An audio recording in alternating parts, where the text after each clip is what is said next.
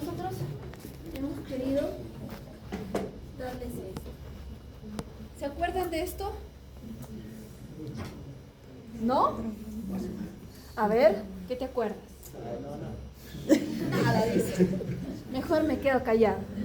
No hay un valiente o una valiente. Es el sistema multiplicador de contracorriente y nosotros tenemos que entenderlo. ¿Nadie se quiere atrever? Está clarito, ¿ah? ¿Qué tenemos acá? La corteza. La corteza. ¿Y dónde están ahí? ¿O qué estructuras se encuentran en la corteza? Glomérulo, ¿no es cierto? Parte del túbulo contorneado proximal. Muy bien. Y a nivel medular, hay dos partes, la médula externa y la médula interna. ¿Qué tenemos acá a nivel medular externo? Son descendentes de la asa de Henle. Ya. Y también parte del asa de Henle, ¿no es cierto? Muy bien. ¿Y acá qué tenemos en la parte más interna? Ya, el asa de Henle. Y el otro es grueso. Miren, cada uno de estos compartimientos dentro de la parte del tejido renal ya tienen diferentes osmolaridades, ¿ya? Y nos van a ayudar ¿para qué? Para la concentración de la orina. ¿Sí? Sí, dice, pero nadie quiere atreverse. Entonces, ¿qué pasa? ¿Ustedes creen que cómo es que se da ese cambio? Porque la osmolaridad plasmática es la misma que la osmolaridad urinaria. ¿Cuánto es la osmolaridad urinaria? 1200. Más o menos, ¿no es cierto? En promedio. Para llegar a esa osmolaridad ha tenido que pasar por aquí. ¿Sí? Por eso el nombre del sistema multiplicador de contracorriente. ¿Sí? ¿Ya? Y obviamente aquí, aparte de sodio, cloro, calcio, que ustedes han estado hablando muy bien, hay otros componentes que tienen mayor importancia. ¿Cuál? ¿Ah? La glucosa a nivel urinaria.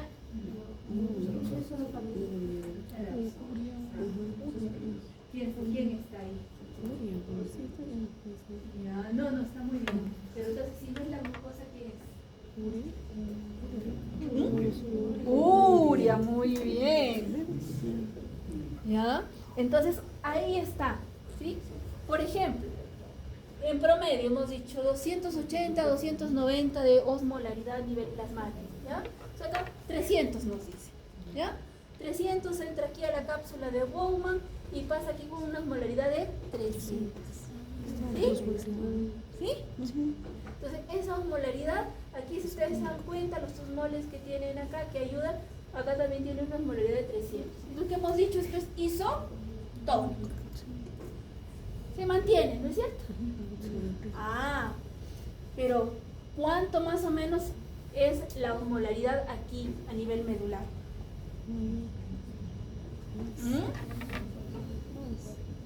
¿Cuánto es más o menos la osmolaridad a nivel medular? ¿Sí? 400, 600, ¿no es cierto? Entonces, obviamente, esa osmolaridad aquí va a ir variando a nivel intraluminal, intratubular. ¿Sí? Entonces, obviamente, como esto de acá comienza a jalar más, ¿sí? Como esta concentración o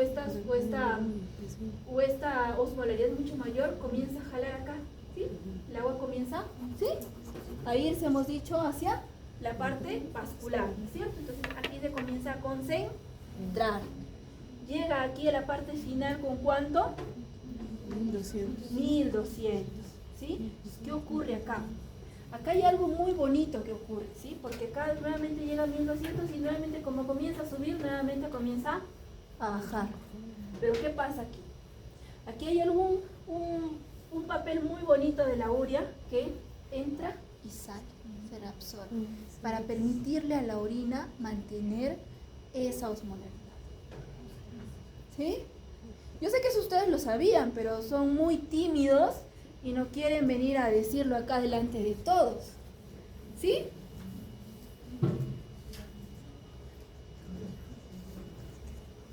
Y acá lo mismo, simplemente que esto es a nivel tubular, ¿no es cierto? pero con otros no. ¿Cómo se llama ese papel?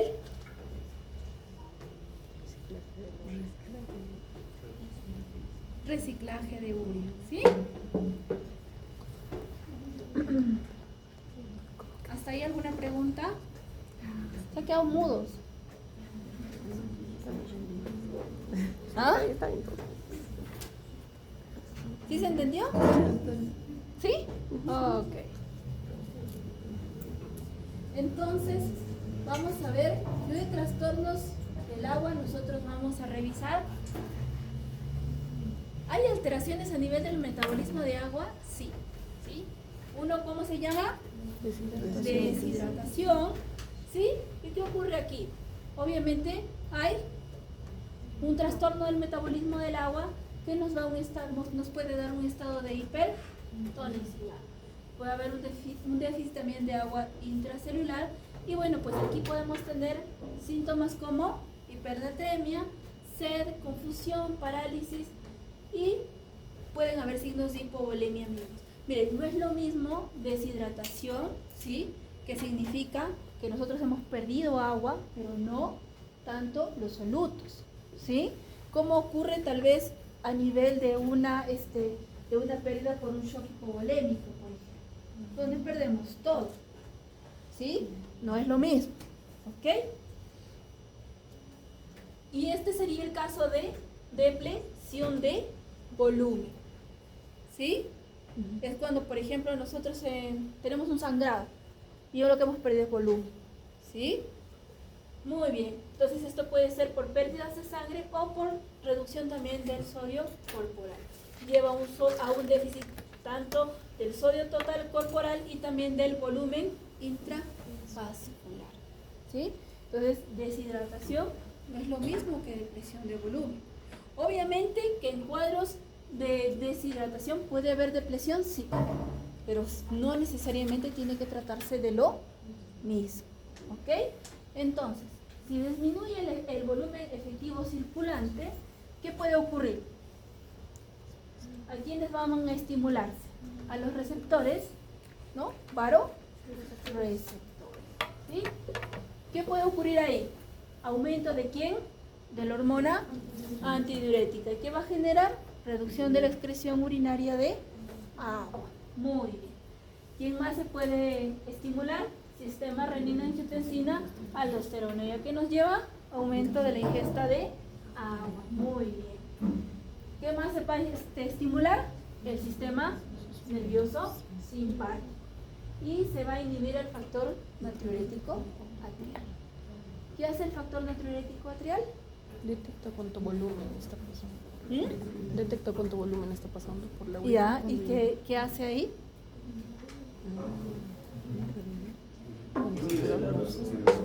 Muy bien. Entonces, ¿qué ocurre acá? Una disminución del flujo glomerular, un aumento de la reabsorción de sodio y disminuye la excreción de sodio urinario y también vasoconstricción y taquicardia.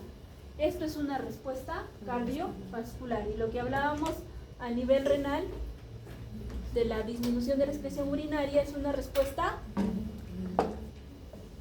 ¿Qué es? Lo acabo de decir. Renal. ¿Qué pasa? ¿Están, creo, hipoglicémicos? ¿Por qué no han comido? Oh, eso no es bueno, ¿ah? Ustedes tienen, no sé, por lo menos a veces traerse su loncherita, creo. ¿Ya? Porque si no, no vamos a poder estar bien como debe ser para la clase. ¿Ya? ¿Qué causa la reducción de volumen? Puede ser pérdidas de sangre, que puede llevar un shock, hemorragias por cualquier origen, pérdidas extrarrenales, como por ejemplo vómitos, diarreas. Claro, las pérdidas gastrointestinales, vómitos, aspiración nasogástrica, diarreas, fístulas, drenajes biliares, pancreáticas, de intestino delgado, las cutáneas, como cuáles, quemaduras, dermatitis graves, o secuestro en un tercer espacio, como peritonitis, ¿no es cierto? Obstrucción intestinal, aplastamiento muscular. Y las pérdidas renales, ¿cuáles van a ser? Una diabetes insípida, muy bien. El uso de diuréticos de manera discriminada o indiscriminada, diuresis osmótica, déficit de aldosterona, especialmente en la insuficiencia suprarrenal y el hipoaldosteronismo. Y en las nefropatías perdedoras de sangre. ¿Sí? Y estas son las clínicas, ¿no? ¿Cuáles son? Sed, ¿sí? ¿Qué más? Náuseas. ¿Qué más? Mareos, muy bien. Cefalea, hipotensión. ¿Sí? Si hay pérdidas del 10 al 15%, hay hipoperfusión renal y esto puede permitir, obviamente, que haya oliguria, retención de sodio y agua. ¿Por qué? ¿Por qué mecanismos? ¿Ah? ADH. Retención ADH, exacto. ¿Sí? Entonces, activa ese mecanismo. ¿Qué mecanismo es de retroalimentación? Negativa, muy bien. Y si hay pérdidas del 15-25%, puede llevar hasta shock hipovolémico, puede generar hipotensión, taquicardia, vasoconstricción periférica, estupor, coma e incluso puede haber riesgo de muerte, ojo, si no se trata de manera oportuna. ¿Sí? Al examen físico podemos encontrar sequedad de piel y mucosas, ¿no? En los niñitos a veces lloran sin lágrimas, ojitos hundidos, ¿sí? Taquicardia en reposo, hipotensión postural, disminución de la presión venosa central, oliguria, hipotensión y pérdida de peso. No es la mejor manera, por si acaso. Exploraciones complementarias. ¿Qué podemos hacer? ¿Cómo podemos determinar si hay retención de agua y sodio? Un examen de orina, muy bien. ¿Qué vas a buscar en el examen de orina? Una orina concentrada, ¿no es cierto? Vas a medir la osmolaridad, ¿sí? ¿Qué más?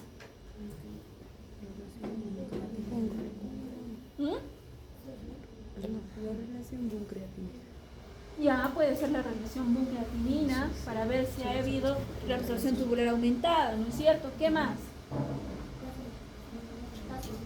¿Y cómo sacas la tasa de filtración glomerular? Urea creatinina, ¿no es cierto? Con la creatinina vas a poder hacer el cálculo de su filtración glomerular y si te sale que está disminuida porque la creatinina está elevada, definitivamente aquí ha habido una alteración por retención de agua y sodio. ¿Sí? Muy bien. Tercer espacio. ¿Sí? ¿Qué pasa? Hemos dicho que también se puede perder volumen porque el agua puede irse al tercer espacio, ¿no? El paciente puede estar hipotenso y todo hinchado, ¿no es cierto? Entonces, ¿qué ocurrió aquí? El líquido que se pierde es isosmótico con el plasma. La pérdida de líquido mayor, ¿sí? Entonces, se dice, ¿qué es lo que nosotros tenemos que buscar acá? ¿Cómo está él? ¿Cómo está el sodio? ¿Sí?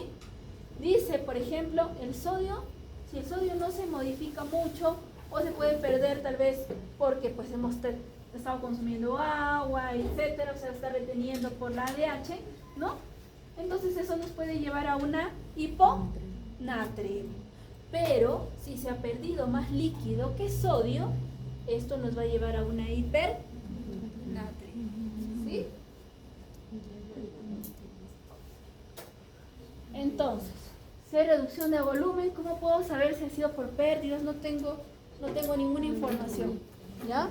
Lo encontraron mal el paciente, sí, lo trajeron.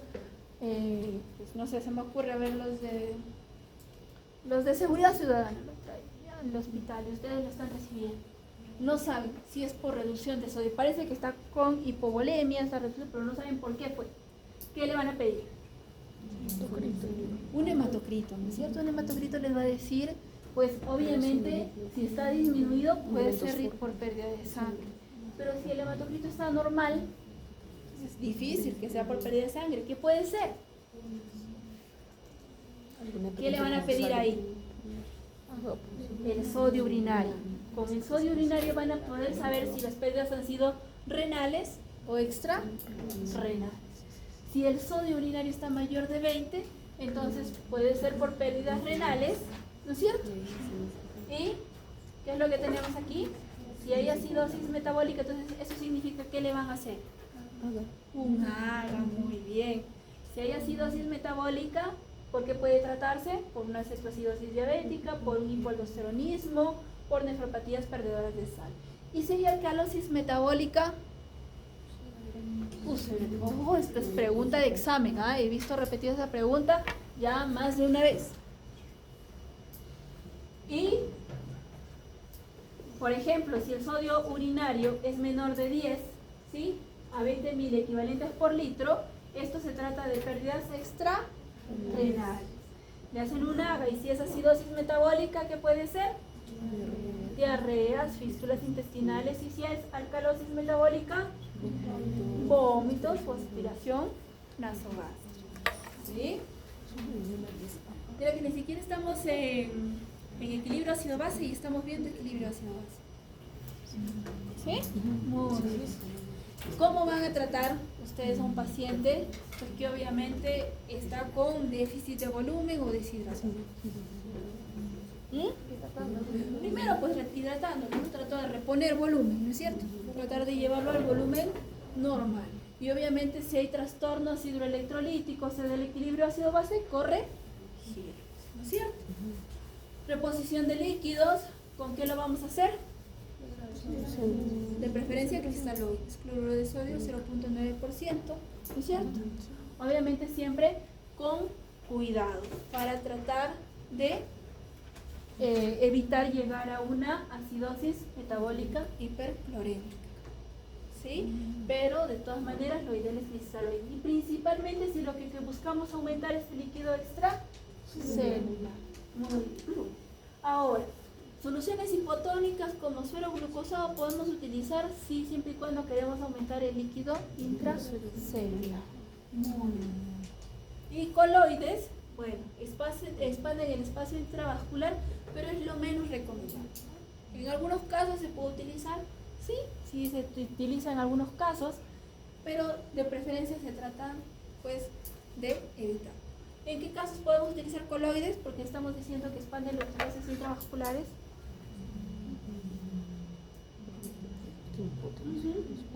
Poligelina, albúmina, por ejemplo. ¿En qué casos? Sí, tiene sus indicaciones, ojo, no se utiliza de rutina. ¿Ya? Principalmente, ¿saben en qué casos vamos a tener que utilizar? Cuando tenemos, por ejemplo, un síndrome crónico, ¿sí? Cuando tenemos, por ejemplo, un problema hepático. Por ejemplo, ¿qué ocurre en esos pacientes? ¿Cómo está la albúmina a nivel sérico? Disminuida, ¿no es cierto? Entonces sabemos que si ha habido la reducción de albúmina a nivel intravascular, ¿qué ha pasado con el líquido? Ha extravasado hacia la parte intersticial. Si nosotros aumentamos el coloide a nivel vascular, ¿qué pasa? Ahora sí entendieron. Pero no se utiliza solo, se utiliza con diurético, con furosemida, para luego que está el agua a nivel vascular, se bote a nivel. ¿Ya? En esos casos, no es para casos de deshidratación, hemos visto que se puede dar, ¿no es cierto?, cuando hay tercer espacio. En esos casos se tiene que utilizar. ¿Ya? Déficit de volumen extracelular, usar cristaloides isotónicos. Luego, cuando se expande el líquido extracelular, se cambia a hipotónico. Tener en cuenta que el cloruro de sodio provoca hipercloremia, acidosis metabólica y vasoconstricción renal con baja de filtrado glomerular. Hay que tener cuidado. Y los coloides semisintéticos pueden provocar alteraciones de la hemostasia, nefrotoxicidad y aumento de mortalidad. Por eso les decía, esto solo tiene sus indicaciones. ¿Hasta ahí alguna pregunta? ¿Dudas? ¿Nada? ¿Y cómo podríamos evitar la acidosis metabólica, por ejemplo, en caso del uso del cloruro de sodio? Puedes combinar, pues, ¿no? Por ejemplo, suero glucosado, depende. Por ejemplo, si es que tú estás viendo que es el problema a nivel de volumen extracelular, colocas 2 litros, por ejemplo, 3 litros, ¿no? Eso principalmente ocurre cuando colocas más de 4 litros, ¿no? Y eso ocurre principalmente en casos, por ejemplo, de pancreatitis. Ahí tienes que tener cuidado con lo que colocas y tal vez ahí puedes ir variando, ¿no? El uso de estas soluciones. No es lo frecuente, no es lo que pasa, pero si te ocurre, por ejemplo, puedes colocarle bicarbonato, por ejemplo, ¿no es cierto? Para tratar de evitarlo. Pero pasa, ¿sí? Sí puede ocurrir, se ha descrito. No he visto nunca un caso, pero sí. Si ustedes se dan cuenta, tal vez más adelante que veamos acidosis, trastornos ácido-base, vamos a ver algunos pacientes que han sido hidratados y que el cloro está un poquito alto, ¿ya? Pero no han llegado a acidosis hiperclorémica, por ejemplo, ¿ya? Pero sí, puede ocurrir. Entonces, para eso tienes que tomar tus precauciones. Tal vez utilizas otras soluciones ahí intercalando, o le puedes poner también a tu solución bicarbonato para bajarle un poquito, ¿ya? Listo. Entonces, con respecto a sobrehidratación, ¿qué es sobrehidratación? Hay una acumulación excesiva de agua, ¿no es cierto? ¿En dónde? En el espacio intersticial, y se debe básicamente ¿a qué? A incremento de la presión hidrostática, a disminución de la presión oncótica del capilar, aumento de la permeabilidad capilar y también puede ocurrir en obstrucción linfática. Y acá vamos a tener que diferenciar dos cuadros importantes, si es un edema localizado o si es un edema generalizado. Porque si el edema es localizado, aquí lo más seguro es que hay obstrucción venosa, que puede tratarse de una trombosis o una compresión tumoral, o puede ser obstrucción linfática por compresión también tumoral, o por aumento de la permeabilidad capilar, inflamación, traumatismos o quemaduras. Y aquí lo que nos va a ayudar bastante es que el edema va a tener cierta preferencia por algunas de las extremidades, ¿sí? O sea, en otras palabras, es asimétrico, ¿sí? Y no se modifican con los cambios posturales. ¿Qué significa? Que si yo me echo para este lado y acá tengo la trombosis, no me va a pasar el edema para el otro lado, ¿ok? Si me voy por cualquier cambio postural, eso no va a variar, ¿ok? Y en cambio en el edema generalizado, aquí tenemos que tener en cuenta si es desequilibrio de la presión hidrostática y la presión oncótica de los espacios vasculares e intersticial, o con disminución también del aumento efectivo circulante, que pueden ser los edemas por infrallenado, insuficiencia cardíaca congestiva, cirrosis hepática o síndrome nefrótico. Y si aumento del volumen efectivo circulante, que estos son edemas por sobrellenado. Y esto puede dar en las glomerulonefritis agudas o en la insuficiencia renal, y también se puede dar en los trastornos de permeabilidad vascular, como son los edemas por fármacos o por los edemas idiopáticos. Y aquí sí afecta a todo el organismo, ¿sí? No hay diferencia que una sola pierna, están las dos piernas hinchadas, ¿sí? Y es más, por ejemplo, se va a distribuir según la postura. Si es un paciente que siempre está echado o un paciente postrado, obviamente se va a ir a la zona de declive, va a estar en la parte de la espalda, la nalga, por acá a nivel de este lado, van a encontrar ustedes el edema, ¿sí? Y se cambia según la postura, ¿ok? Por ejemplo, si yo me echo para este lado, el agua se va a ir para este lado y obviamente esta pierna va a estar más hinchada. Si yo me echo para el otro lado, igual. Eso se altera con los cambios posturales. Ese es el edema generalizado. Y ese es el que a nosotros nos compete estudiar. ¿Ok? Dígame. ¿Perdón? ¿De qué libro es? No.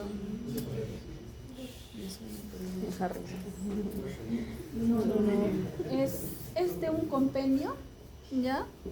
No tengo ahorita el nombre, pero lo tengo. Si gustan, les puedo pasar después, ¿ya?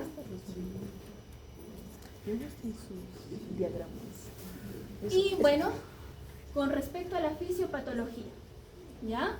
Entonces, estamos hablando de una insuficiencia cardíaca congestiva, de cirrosis hepática, de síndrome nefrótico y de hipoproteinemia, ¿ya? ¿Qué pasa aquí? ¿Qué hay aquí en este caso? Un infrallenado, muy bien. Entonces, eso significa que hay una disminución del gasto cardíaco y hay vasodilatación arterial periférica, ¿sí? Y disminuye entonces el volumen efectivo circulante. ¿Qué ocurre ahí? aumento de la actividad del sistema simpático, sistema renina-angiotensina-aldosterona y aumento de ¿quién? De la hormona antidiurética. ¿Qué genera eso? Aumenta las resistencias vasculares periféricas y renales y también retención de sodio y agua. ¿Ya? Entonces, ¿a qué nos lleva eso? Edemas. Y si tenemos un problema renal primario, ¿qué ocurre? Disminuye el filtrado glomerular, aumenta el transporte primario de sodio, aumenta la reabsorción renal de sodio, y ¿eso qué nos lleva? Aumento del volumen efectivo circulante y por tanto edemas y hipertensión. ¿Sí? ¿Se entiende la diferencia entre estos dos? ¿No es cierto? ¿Sí? Ambos nos llevan a edemas, pero uno es por infrallenado y el otro es por sobrecarga. ¿Sí?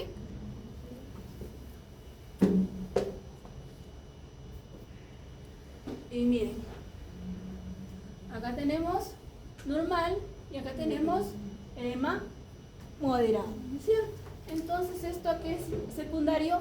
A sobrecarga, ¿no? O sobrellenado, como lo están ustedes viendo, ¿no es cierto?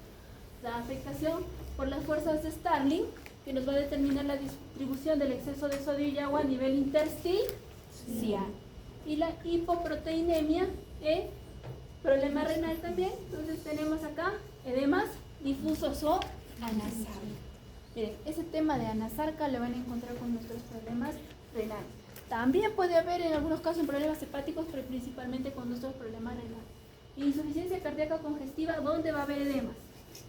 A nivel de áreas de declives, piernas, en la región sacra, en los pacientes postrados. ¿Sí? Esto y esto no es lo mismo. ¿Ok? Nuestros pacientes, ¿por qué decimos edemas difusos o anasarca? O edema generalizado. ¿A dónde se va aparte de piernas y partes de postura? Ese es el problema. Por eso decimos que es difuso. ¿Ya? Entonces, en edemas generalizados, estamos en edemas generalizados, tenemos nicturia, ¿sí?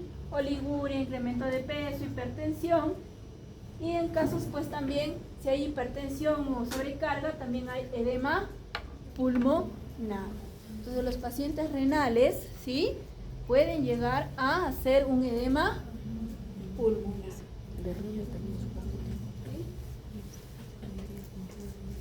Y aquí tenemos los edemas, ¿no? Si hay persistencia de edemas periféricos, nosotros tenemos que estar evidenciando eso, ¿no es cierto? O si hay celulitis, si hay trombosis venosa, si hay dolor. Si hay celulitis, si hay trombosis, ¿qué es lo que nosotros vamos a tener? Tenemos una asimetría, ¿no es cierto? Nosotros tenemos que descartar. ¿Es realmente un edema por un problema renal, un problema cardíaco, un problema hepático, o es algo propio de un cuadro de una celulitis, una trombosis? Ahí los síntomas son locales. Si hay ardor, hay dolor, hay calor, hay signos de flebosis, ¿sí? Si hay ascitis, ¿sí? ¿Qué vamos a ver nosotros? Hay reflujo gastroesofágico, tal vez hay hernias abdominales, disnea, movilización del diafragma, o puede haber también peritonitis bacteriana espontánea. Y bueno, pues aquí nosotros tenemos que tener en cuenta, pues, si hay, pues, si acaso una hiponatremia dilucional o si hay una azoemia prerrenal. ¿Qué es una azoemia prerrenal? ¿Qué es una azoemia para empezar? Aumento del nitrógeno de la sangre. Ya, entonces vas a encontrar elevado la urea, el BUN, ¿no es cierto? La creatinina, ya. Entonces, ¿qué es una azoemia prerrenal? Por hipoperfusión. Exacto. No está involucrado un problema renal, propiamente dicho, ¿cierto? Muy bien. Diagnóstico. ¿Cómo hacemos el diagnóstico entonces? ¿Cómo es la clínica? Obviamente va a haber un aumento de peso, ¿no? Claro, ¿no? Aumento de volumen, hay un aumento de peso. ¿Qué más va a haber? Van a ver ustedes evidencia de que hay edemas, pues, ¿no? Está aumentado el volumen en algunas partes del cuerpo. Vamos a ver cómo está la concentración del sodio, que puede estar normal, que puede estar alto o puede estar bajo. Y también hay que usar bastante el sodio urinario. Miren, esto no es de rutina en el hospital. Hemos intentado, lo hemos solicitado, no se hace, pero sí se hace de manera particular. Entonces, si ustedes quieren conocer cómo está, obviamente lo solicitan. Si está más de 20, hemos dicho que es un compromiso renal, ¿no es cierto? Si es menos de 20, entonces es renal, puede ser una insuficiencia cardíaca, una cirrosis, o también puede ser un síndrome nefrótico. ¿Ya? ¿Cómo es el tratamiento? Si es un edema localizado, ¿qué vamos a hacer? Claro, si es una celulitis, le das tratamiento antibiótico, reposo, ¿no es cierto? Y si es un problema de trombosis, pues anticoagulante, reposo también, vendaje, etc. Y si no es localizado, si es generalizado, diuréticos para tratar de ayudarle a eliminar, ¿no es cierto?, el volumen. ¿Ya? Y si es un problema, por ejemplo, a nivel cardíaco, parte de diuréticos, ¿qué más le van a dar? Si es una SC, por ejemplo. Y ese GLP-2. ¿Sí? Sí, es una buena opción. ¿Qué más? Bueno, son 4 los betabloqueadores, los Ya. agonistas, receptores de mineralocorticoides, los YECAS y ARAS y los inhibidores del ISGLT2. Y ese GLP-2, muy bien. Todo eso ustedes tienen que tener en cuenta, porque todo edema no va a ser problema renal, ¿o sí? Ahora, y si el problema es propiamente renal, aparte de diuréticos, ¿qué le van a dar? Es una insuficiencia renal. Muy bien, insuficiencia cardíaca, pero no estamos en cardio, porque acá estamos en tiempo. Entonces, ¿cuál es el tratamiento que daría? ¿Ah? Pero está bien para evitar la ¿Y ese GLP-2 está bien? ¿Ah? ¿Qué más?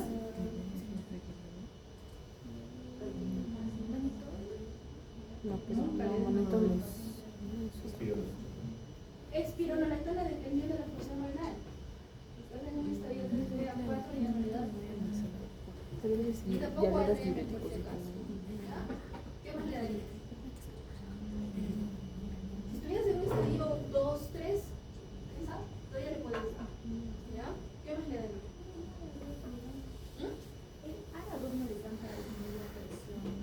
Claro, que sube Si está la presión. hipertenso, muy bien, le das YECAS o ARA2, muy bien.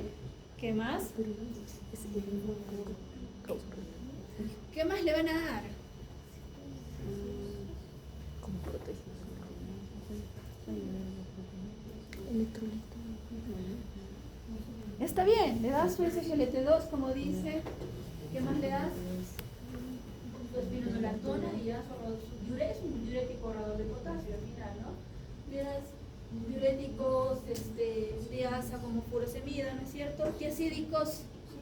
Se dice que en los edemas refractarios le puedes dar diuréticos tiacídicos combinando con diuréticos de asa, por ejemplo. ¿Sí? ¿Qué más le dan?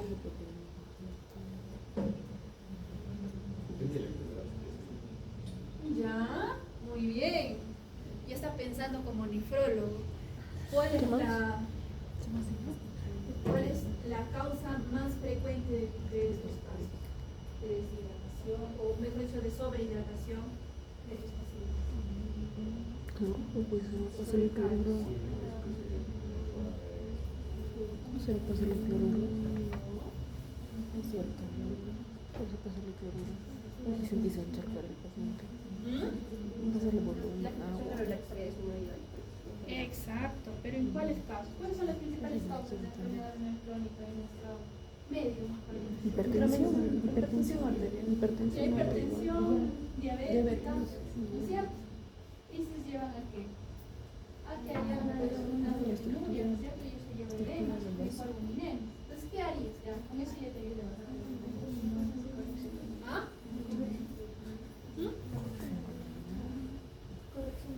Ya mejoras el estado nutricional, eso demora un poquito, ¿no es cierto? ¿Qué le das? Aparte de los diuréticos, ya le das SGLT2, que está bien. ¿Ya? Puedes darle un mejor manejo de las glucosas. Ya soy contigo. Anticoagulíticos, aparte del ARA2, YECAS, que está diciendo tu compañera. Estoy súper. Ya, ahorita lo estamos yendo muy lejos, pero en otras palabras está bien lo que ha dicho su compañero, ¿sí? Es el manejo del cuadro de fondo, ¿sí? Eso es lo más frecuente. Al final ustedes van a ver un montón de pacientes diabéticos y pacientes diabéticos renales. Van a ver un montón, ¿sí? Entonces definitivamente ustedes por lo menos tienen que tener esa base, ¿no? De que sí le tengo que dar, como dice su compañero, nefroprotección, ¿sí? Y acá tenemos pues varios de los diuréticos que vamos a poder utilizar, ¿no? Dependiendo, obviamente siempre tenemos que tener en cuenta pues los efectos que nos pueden generar, los efectos secundarios y las dosis que tenemos que administrar, ¿sí? De estos medicamentos. Obviamente, de primera elección van a ser los de obviamente, ¿sí? Yo como le decía, espironolactona, no lo podemos utilizar, claro que sí. Podemos utilizar, pero como le decía a él, tenemos que tener cuidado con la función renal porque hay el riesgo de ser hiperpotasemias, ¿sí? ¿Qué más podemos utilizar? Tiacídicos. También podemos utilizar tiacídicos, especialmente en casos refractarios. Al final no existe un medicamento que digas que no te va a generar un efecto secundario adverso, ¿ya? La gran mayoría tienen esos efectos. ¿Hasta ahí alguna pregunta? Entonces miren, acá este esquema está bonito porque, bueno, a mí me gustan estos esquemas porque me parece que les ayudan a ustedes a entender esto. Acá tenemos una mujer normal, ¿sí? Con, pues obviamente, su cantidad de agua y sus solutos, ¿sí? ¿Qué pasa, no? Si a esta mujer nosotros le damos de tomar más agua. Solo agua. Disminuye la osmolaridad y aumenta el volumen, ¿sí? ¿Qué pasa si le damos solo sodio, sal? Aumenta la osmolaridad, pero el volumen se mantiene constante. ¿Y qué pasa si a ella le damos agua y sodio? La osmolaridad no cambia, pero ¿quién cambia? El volumen. ¿Sí? ¿Se entiende? Entonces, acá tenemos el caso 1. ¿Qué pasa cuando aumentamos la ingesta de sodio? Obviamente aumenta la osmolaridad. Y si aumenta la osmolaridad, ¿a quién se activa o se estimula? A la neurohipófisis, muy bien. ¿Y quién aumenta? La ADH. La ADH, muy bien. ¿Y qué hace la ADH? Retención de agua. Entonces, ¿qué significa que aquí va a haber oliguria o anuria? ¿No es cierto? ¿Por qué? Porque va a tratar de mantener la misma cantidad de volumen. Porque si orina más y pierde agua, ¿qué va a pasar con la osmolaridad? Va a aumentar más. ¿Se entiende o no se entiende? Sí. ¿Ya? Entonces, ¿qué pasa aquí? Miren, entonces la ADH nos ayuda a aumentar o retener el agua. Entonces eso nos va a permitir que el volumen aumente, ¿no es cierto? Y eso que va a llevar a un aumento de la presión arterial y venosa. ¿A quién se va a estimular aquí? Al péptido natriurético atrial. Muy bien. El propio nombre lo dice, natriurético, su compañero lo decía, ¿no? Va a ayudar a eliminar sodio por la orina. Muy bien. Se inhibe al sistema nervioso simpático y se inhibe a la angiotensina 2 y por tanto a la aldosterona. ¿Qué hacía la aldosterona? Nos daba sed para tomar más agua. Vamos a inhibir. Entonces, ¿qué va a pasar aquí? ¿Qué es lo que ayuda acá? Aumenta la eliminación de sodio. ¿Se entiende? Entonces, si aumentamos la eliminación de sodio, ¿no es cierto? Sí, estamos bien. Aumentamos la eliminación de sodio, entonces, ¿qué pasa aquí? También aumentamos la eliminación de agua. Entonces ahí vamos a tratar de eliminar el volumen que habíamos aumentado y llegamos a un estadio nuevamente normal. ¿Sí? Y en este caso, aumentamos más el consumo de agua. ¿Quién disminuye? La osmolaridad. Entonces, hay aumento de volumen, aumenta la presión venosa, ¿sí? Aumenta también la actividad de los vasoreceptores. ¿Y a quién se inhibe? A la DH. ¿Y qué pasa? Aumenta la eliminación de agua. Muy bien. ¿Y eso qué nos lleva? A un estado normal. ¿Sí? ¿Y qué pasa si perdemos agua y sodio? Una hemorragia. ¿Cómo está la osmolaridad? Igual. ¿No es cierto? Normal. ¿Qué ha reducido? Volumen. ¿Qué pasa si disminuye el volumen? Disminuye la presión arterial. ¿A quién se estimula? Y por tanto hay retención de agua. ¿Sí? Muy bien. ¿A quién se estimula? A la angiotensina 2 y también se estimula el sistema nervioso simpático. ¿Eso que nos lleva? Mayor retención de agua y por tanto aumento del volumen. ¿Sí? ¿Sí se entiende? Muy bien. La angiotensina 2 ¿a quién estimula? A la aldosterona y por tanto hay retención de sodio, ¿no es cierto? También si se inhibe el péptido natriurético atrial, obviamente también hay retención de sodio. Muy bien. Y por tanto vamos a llegar a un estado de normalidad. ¿Se entiende? Sí. ¿Se dan cuenta que todo esto prácticamente es lo que nos lleva a un estado de normalidad? Esto está pasando en nuestro cuerpo a diario, porque a diario a veces pónganse, por como les dije, las actividades que ustedes cumplen diario, a veces hay grados de deshidratación leve. No, ustedes no lo notan mucho, pero dentro de ustedes están dando todos estos procesos. ¿Ya?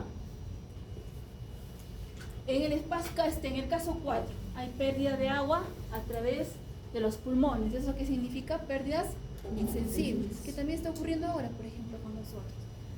¿Qué pasa? Aumenta la osmolaridad. ¿Y quién disminuye? El volumen. Si hay aumento de la osmolaridad, ¿a quién se estimula? La ADH. Si hay disminución de la presión por disminución de volumen, también se estimula la ADH. ¿Y qué hay? Retención de agua. ¿Y eso qué nos va a llevar? Un estado normal. ¿No es cierto?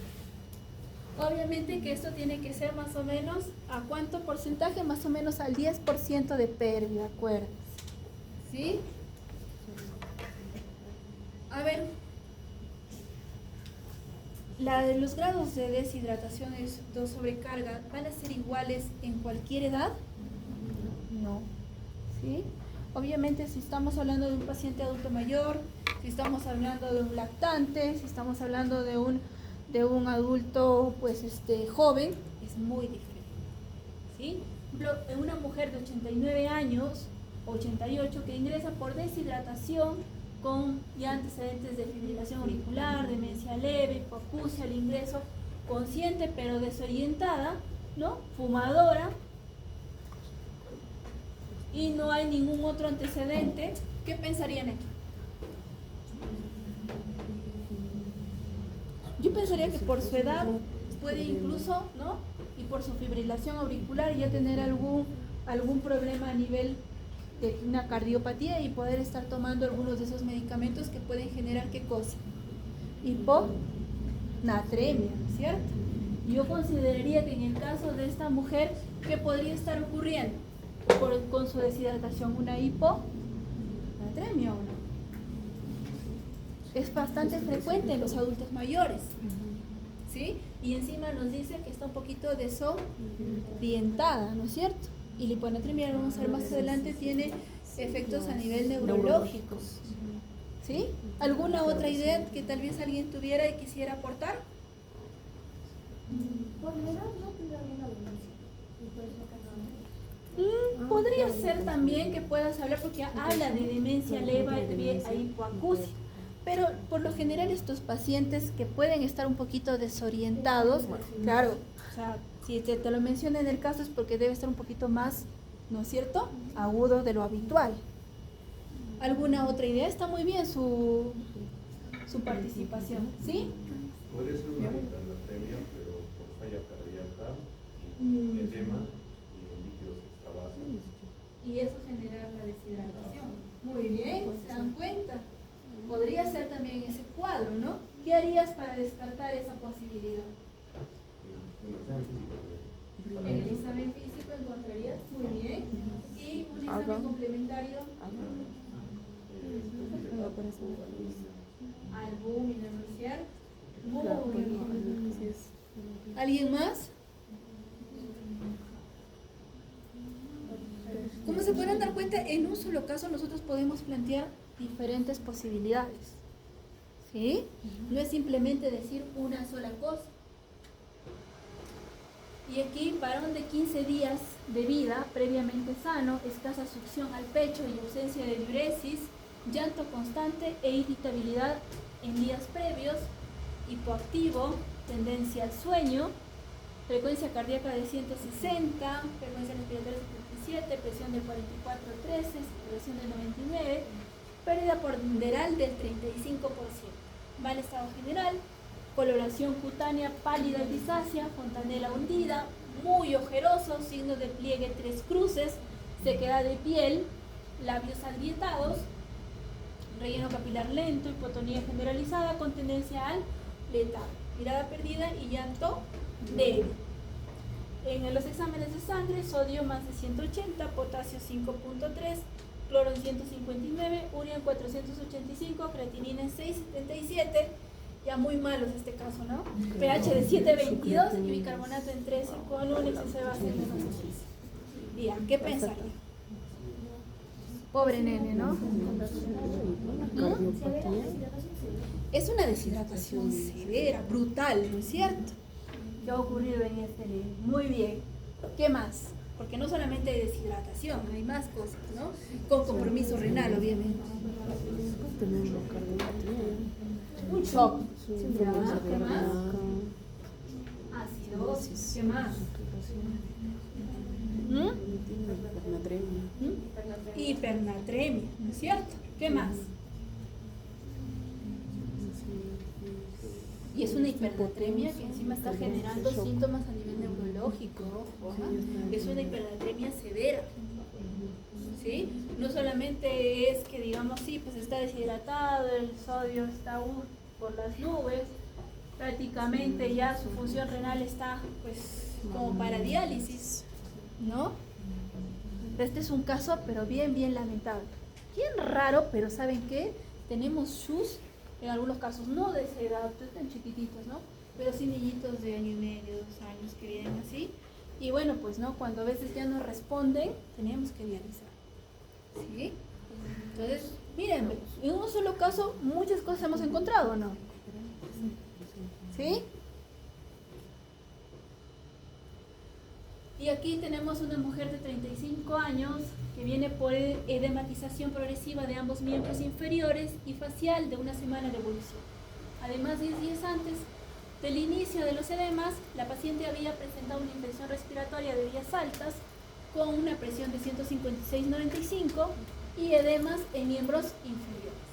Analíticamente, la creatinina en 1.42, urea en 93, niveles de C3 disminuido, un sedimento de orina patológico, hematíes, cilindros hemáticos y proteínas y una proteinuria en orina de 24 horas en 900 miligramos. El cultivo de frotis faríngeo fue negativo para el ASLO, pero el ASLO se encontraba elevado en 522 unidades por mililitro, y esto que nos lleva a una glomerulonefritis postinfecciosa o postestreptocócica, y la paciente fue tratada con dieta pobre en sal, ARA2 y diuréticos, presentando evolución favorable hasta el alcance de una completa normalización de la función renal y la partida. ¿Qué opinan ahí?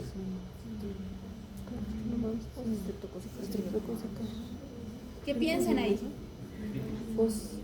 Es un nefrítico, ya, obviamente, porque dice ahí postestreptocócico, ¿no? No, no sean así. Pero sí es cierto.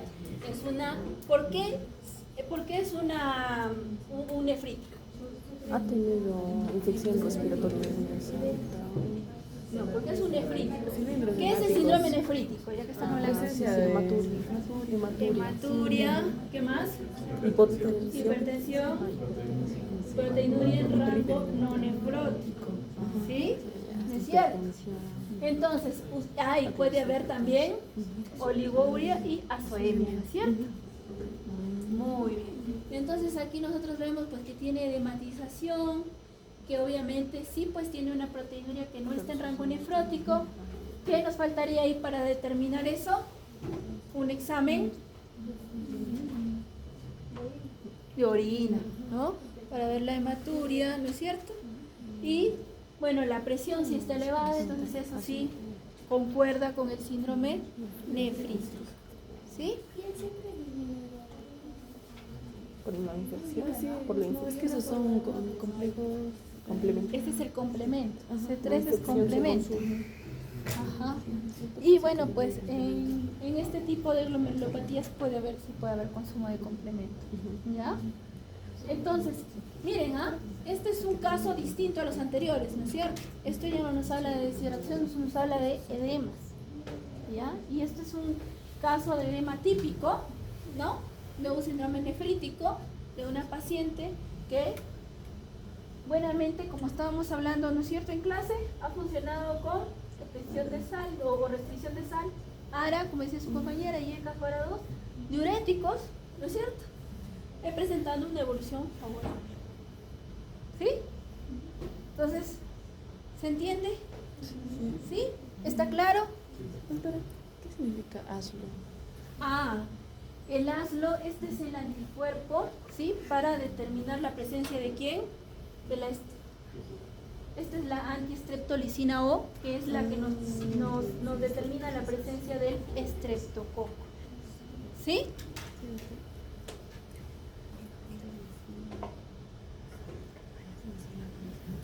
Mujer de 84 años se consultó por edema de miembros inferiores de un año de evolución desde hace meses, eritema, lesiones ampollosas suprayacentes y antecedente de diabetes tipo 2, tratamiento con antidiabéticos orales, presión de 157, temperatura 37,2, frecuencia cardíaca de 90, glucosa de 80, peso 36 kilos y un índice de masa corporal de 16. Tórax y cardiovascular normal, abdomen ligeramente distendido, timpánico con ruidos hidroaéreos aumentados, sin palparse masas ni organomegalias. En miembros inferiores edema con fobia hasta rodilla, acompañado de signos flogóticos y ampollas flácidas, algunas erosionadas. En las pruebas iniciales llamaba la atención la anemia normocítica normocrómica de 10.7, ¿no? A bioquímica solo puso de manifiesto hipoproteinemia e hipoalbuminemia. Proteínas totales de 4.31 y albúmina sérica de 1.90. ¿Qué pensarían ahí? Eso es triste también, como el del bebito, ¿no?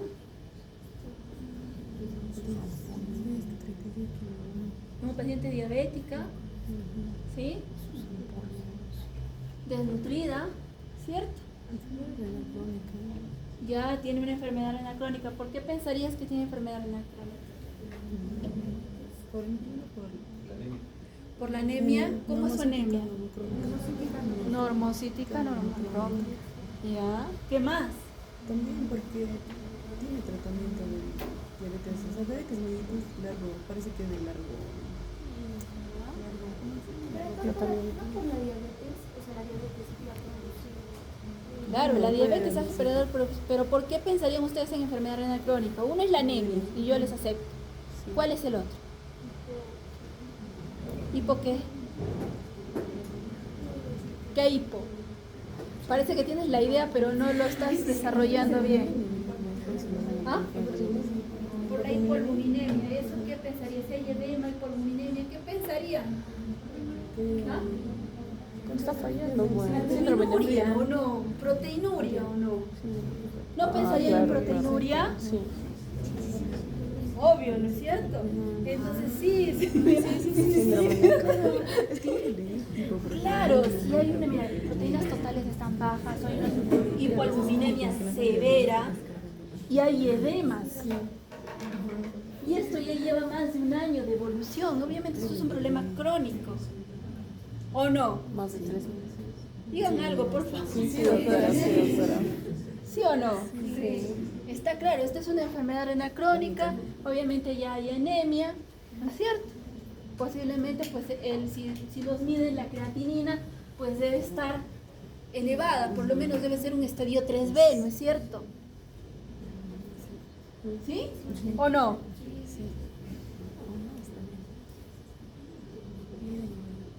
¿Alguna pregunta? Doctora, ¿no tener hipoglucemia por la glucosa? No, pero está 80, está bien. ¿O está estable? Es que La glucosa está dentro de lo normal, me parece. 80, O sea, supongo que lo usan. Claro. ¿Por qué? ¿Qué ocurre en los pacientes diabéticos con enfermedad renal crónica? A ver, ¿dónde están los chicos de mi rotación? ¿Qué ocurre, no? Cuando ya hay una alteración de la función renal y los antidiabéticos orales. Hay riesgos de hipoglicemia. ¿Por qué? O los antidiabéticos orales están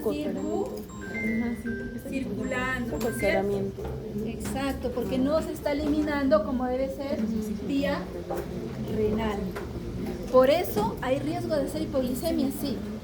Pero en el caso de ella está dentro de lo normal, ¿no es cierto? Ahora no sabemos si esto es postprandial, no sabemos si es basal, ¿no? O en ayunas, eso sí lo sabemos. Porque si es postprandial, sí estaríamos hablando de que puede estar en riesgo de ser hipoglicemia, ¿no es cierto? Pero no tenemos ese dato, entonces solo trabajamos con lo que tenemos y obviamente estamos ante el caso de una enfermedad renal crónica, diabética, avanzada, ¿no es cierto? Ya con complicaciones como anemia, ¿qué más? Desnutrición, ¿no es cierto? ¿Qué más? ¿Qué más podríamos pensar en ella? Posiblemente debe haber un proceso infeccioso, ¿no? ¿Se han dado cuenta? Y acá dice que sus edemas se han infectado, posiblemente una celulitis porque hay signos de flogosis y hay ampollas flácidas. ¿Eso no les hace pensar que está con una sepsis esa señora? ¿Su presión? Si estamos hablando de un compromiso renal severo y sus presiones están bajas, o 157 les parece normal en un paciente diabético con enfermedad renal crónica. Estos pacientes por lo general vienen hipertensos, sobrecarga, más si está toda edematizada, que sobrecarga, ¿no es cierto? Entonces, esta señora viene descompensada por una sepsis térmica. Pero no tiene razón de presión. ¿O no? Por su frecuencia. Exacto, se dan cuenta, 90 es una taquicardia. Y hay presión baja y hay taquicardia, esta paciente está en shock. Y esto ya no es una sepsis, esto es un shock séptico. ¿Sí? Hablen, digan algo. Nada, tristes han venido hoy día. Tienen que venir comiendo, ¿ah? No sé si traen algo para invitar. No pueden venir así todos. Doctora, en el caso de los pacientes que están en UCI, son críticos y tienen hipoalbuminemia, ¿hay alguna excepción para darle coloides? O sea, que de primera elección le des coloides para reponer la albumina. A ver, sí. He visto casos, ¿ya? Donde se les pone albúmina, pero eso lleva a mayor nefrotoxicidad, acuérdense. O sea, le pueden poner un poco tal vez para ayudarle a bajar los edemas, pero con furosemida y no debe pasar los 3 días. Si se sobrepasan eso, nosotros hemos tenido bastantes pacientes con falla renal. A ver, escuchen. La pregunta de su compañera es interesante porque dice, los pacientes en la UCI no están comiendo, ¿no es cierto? Esos pacientes están en desnutrición y obviamente su albúmina sérica está disminuida, están con hipoalbuminemia. ¿Por qué no les pongo albúmina? Para ayudarles a reponer los edemas que puedan estar presentando. Entonces, si hay solo hipoalbuminemia, no es lo recomendable porque son nefrotóxicos, acuérdense, los coloides, ¿sí? Ahora, si hay otra posibilidad, si hay una hepatopatía y por tal razón, lo pueden utilizar. Hay algunos que he visto que utilizan, ¿sí? Lo utilizan, pero no deben pasar los 3 días, porque existe el riesgo de nefrotoxicidad. Y muchos de estos pacientes que ya están comprometiéndose más, están yendo a diálisis. Entonces, acuérdense, ya creo que ustedes ya les han mencionado, ¿no es cierto?, los principios éticos. No creo que no. ¿Sí? Primum, ¿no? ¿Ok? Entonces tratemos de hacer siempre lo que menos genere efectos adversos a nuestro paciente, ¿ya? Si no hay otra opción, bueno, pues intentemos lo que haya, pero si no, mejor evitemos hacer daño. ¿Ya? Muy bien. Entonces, están libres.